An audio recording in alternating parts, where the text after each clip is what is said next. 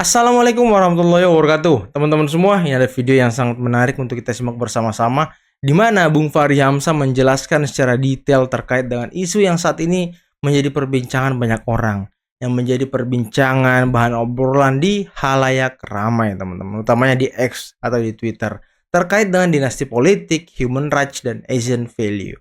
Dan tanpa perlu berlama-lama lagi, berikut videonya. Dinasti politik, total politik. Wah, seru nih. Lo pasti udah tahu lah. Ya, Lu teman nonton? kita juga Lo udah nonton semuanya? nonton semua. Oke. Nonton, ya. Itu pada saat itu Panji Pragiwaksono tetap stay true dengan karakternya, tetap Ya. stay true dengan pesannya bahwa menurut dia ini dinasti politik, bahwa menurut dia bahkan pilpres ini perfect crime kata beliau. Iya, ya. Perfect crime. Memang ada tindak kejahatan Ya. yang terjadi, tapi Ya. tidak ada buktinya. Ya. Dan pada saat itu Bang Ari, isi Ari juga ditanya, jadi lu setuju dengan dinasti? Katanya Asian value dia bilang. Ya, ya. Human rights. Gimana tanggapan Bang Fahri Hamzah tentang ribut-ribut yang ada di X ini tentang hal itu? Kalau saya ya, Ya. sebenarnya Panji kalau ditanya balik dia banyak nggak bisa jawab tentang. Misalnya? Misalnya, kenapa sampai hari ini Amerika Serikat sebagai champion demokrasi itu tidak melarang keluarga Oke. untuk berkompetisi dalam politik gitu. Oh iya ya. Juga ya? Ya, Iya benar juga ya. Wow. kalau mau dicek bisa dicek ke Google dan ChatGPT juga itu. Ya. Itu memang tidak boleh. Dulu kan MK itu membatalkan undang-undang yang melarang keluarga Ya. berpolitik. Ya. Dalam demokrasi itu problemnya adalah mandat rakyat. Oke. Jadi once kita datang bertarung untuk mandat rakyat itu, maka definisi-definisi tradisional tentang dinasti hilang. Ini yang kita nggak sadar gitu, sehingga kadang-kadang emosi kita berlebihan melihat realitas. Konsolidasi kepala daerah untuk mengangkat anaknya dan sebagainya itu Ya. kan kita lihat hari-hari. Ya. Tapi ya itu seperti juga dalam semua pertarungan. Kadang-kadang seniman pengen anaknya jadi seniman top dan lalu dia latih anaknya hebat begitu. Lalu dia benar-benar jadi seniman top seperti bapaknya kan. Ya. Jadi ya itu manusiawi gitu sebetulnya, dan itu Ya. as long as it is going through the people's choice itu nggak ada masalah. Gitu loh. Nah, Ya. jadi ini yang kadang-kadang terus definisi dinasti juga. Ya. Kita ini lama loh hidup dalam tradisi dinasti yang mulia, yang baik. Zaman kerajaan. Kerajaan di Nusantara ini kerajaan-kerajaan baik. Iya. Bahkan sampai hari ini kita Ya. mau maintain Jogja Ya. sebagai tempat bagi satu kultur lama, meskipun ada kepala daerah yang ada DPRD-nya dan sebagainya, tapi darah masih jadi raja, ya kan? Ya.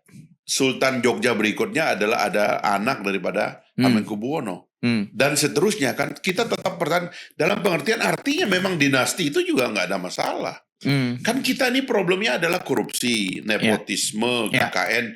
Loh itu yang kita serang, kita attack itu saja. Gitu. Jangan kita menghambat satu kultur yang sebenarnya ada dalam demokrasi sendiri, karena itu kompetisi. Tidak ada masalah soal itu. Ya. Nah di situ Panji harusnya kita koreksi. Oke. Jadi dia jangan keterusan begitu, sebab di negara seperti Amerika itu biasa terjadi anak pejabat maju lagi, ya kan, di daerah ini anak pejabat ini di daerah itu, karena dinasti itu ada berbagai teori, teori satu kamar, teori turun temurun dan sebagainya, atau teori lintas cabang kekuasaan, ada yang jadi anggota DPRD, ada yang jadi wali kota pada tempat yang sama. Itu hal-hal yang bisa muncul. Nah yang begitu-begitu itu kita bisa regulasi secara lebih teknis. Tapi hak setiap orang, setiap warga negara untuk maju nggak bisa dilarang. Tapi sepengetahuan lo Bang, sebagai orang yang memang aktif di dunia politik, ada nggak di negara-negara lain yang meregulasi secara detail bahwa kalau bapaknya adalah seorang politisi, anaknya harus lebih ketat untuk bisa jadi politisi gitu Bang? Yang dilarang itu biasanya itu yang disebut conflict of interest, gitu loh. Jadi conflict of interest itu penunjukan langsung ya. Kembali kepada sesuatu yang langsung, tapi bukan dipilih rakyat. Misalnya presiden nggak boleh ngangkat anaknya jadi menteri, itu nggak boleh karena itu langsung dia. Tapi kalau jabatan yang dia berkompetisi di situ, tidak boleh kita larang. Iya, karena kan maju pilgub, pilkada, pemilihan presiden itu kan dipilih langsung rakyat ya kan. Ya kalau rakyat nggak suka dengan figurnya atau tokohnya ya udah nggak usah dipilih. Mau dia anak presiden, mau dia anak siapa kek, mau dia anak gubernur. Oke. Nah, Gitu. bagaimana dengan Karena pada kenyataan lainnya adalah orang bisa menang, orang bisa kalah. ya. Di Sulawesi Selatan itu keponakannya seorang pejabat di Jakarta kalah sama kota kosong. Wow. Anaknya Kiai Ma'ruf maju di Tangerang Kalah juga. Ya. Jadi nggak Iya, ada jaminan, bos. Kita jangan menghukum metode demokrasi. Tapi kalau ini diomongkan nanti kubu sebelah bilang lagi kan ada bansos. Emang nggak berhenti otaknya. Ya. Yang menyebabkan semua orang boleh maju. Ya. Dan boleh jadi misalnya ada keluarga yang memutuskan, saya mau jadi keluarga politik. Ya. Misalnya Pak Jokowi tadinya keluarga pedagang gitu. Ya. Kayaknya kita berbakat politik nih. Ya. Kita keluarga politik aja. Ya. Kita lihat nanti bertahan apa tidak. Ya. Biar Karena waktu itu ya. polisi, biar waktu. Bertahan apa tidak. Ya. Ini sekarang Pak Jokowi turun nih. Ya. Bobby misalnya kalau pilgub tetap akan diselenggarakan, masih bisa menang nggak? Ya. Loh itu kita lihat, itu akan terjadi dan rakyat ini kan mesti kita hargai juga pilihannya gitu. Nah itu yang nggak boleh. Gimana dengan statement yang bilang katanya perfect crime gitu? Ini kita yang selalu berkutat di sini aja ya, perfect crime. Kalau menurut lu gimana itu, Bang? Tidak ada perfect crime karena pada dasarnya situasinya demokratis, gitu loh. Selama ini kita punya kebebasan untuk mengadres apa masalah dalam negara. Bahkan ini juga yang sering saya bilang sama orang. Kan ketika orang tuh menyerang saya, kenapa Anda nggak kritis lagi kepada pemerintah? Itu menarik tuh. Kita ini punya masalah. Kita ini tidak punya kekebalan. Anggota DPR itu kebal. Itu masalahnya. Kita memilih anggota DPR yang kebal ini supaya dia lebih hebat daripada kita dalam menyerang pemerintah.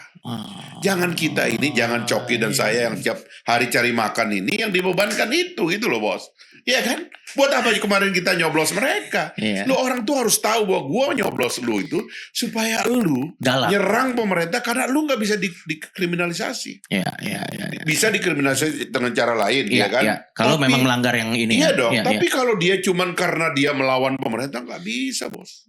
Gitu loh. Makanya waktu melapor di peradilan etik Dewan itu saya suka serang tuh.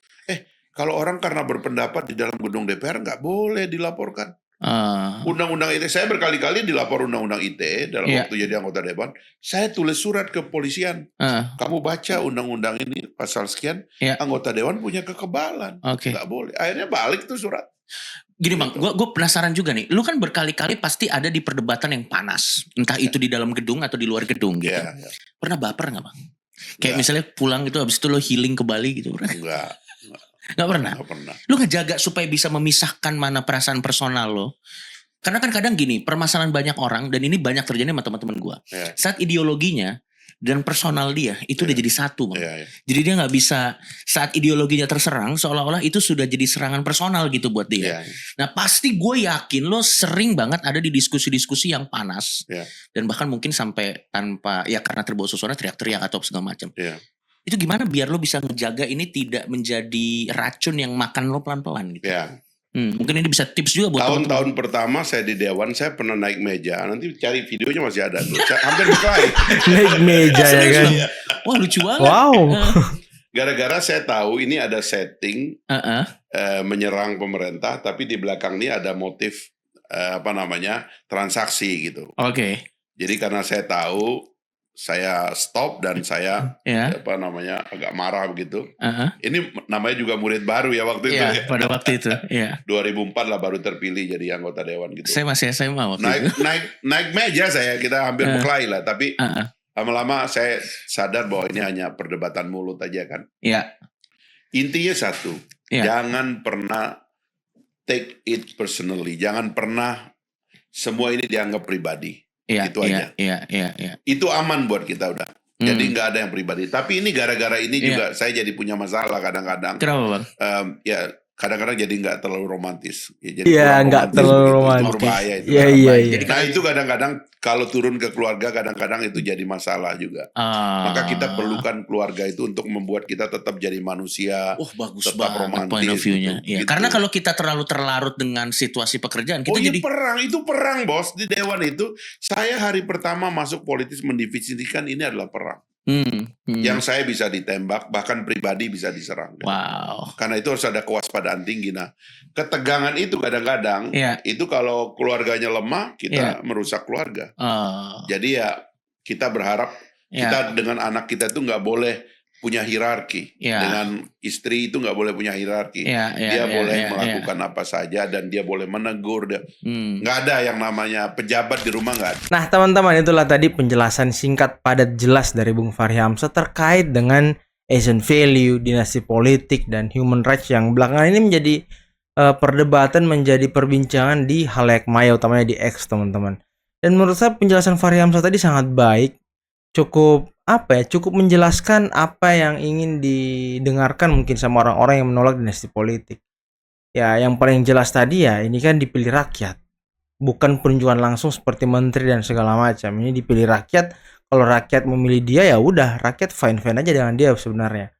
Dan kalau kita lihat ya, memang orang kenapa suka dengan Gibran, memilih Gibran mungkin karena anak Jokowi, dan Jokowi itu punya tingkat kepuasan masyarakat 70-an%, teman-teman. Dan orang suka dengan kepemimpinan Pak Jokowi.